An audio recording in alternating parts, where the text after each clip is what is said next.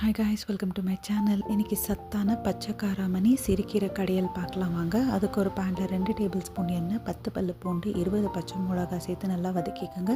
இது கூட ஒரு பெரிய வெங்காயம் பொடுசாக நறுக்கியது, வெங்காயம் நல்லா கண்ணாடி பதம் வர வரைக்கும் நல்லா வதக்கிக்கோங்க. இது கூட 2 மீடியம் சைஸ் தக்காளி நாலாக நறுக்கியது, தேவையான உப்பு சேர்த்து தக்காளி நல்லா சாஃப்டாகிற வரைக்கும் நல்லா வதக்கிக்கோங்க.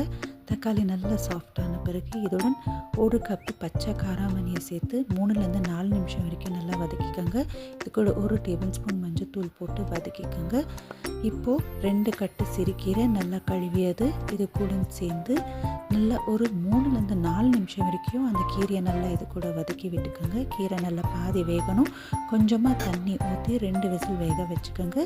இப்போது கீரையும் காராமணியும் நல்லா வெந்த பிறகு இந்த மத்தில் நல்லா மசிச்சுக்கோங்க. தேவையான சுடு தண்ணி ஊற்றி கன்சிஸ்டன்சியை செக் பண்ணிக்கோங்க. இது சப்பாத்திக்கு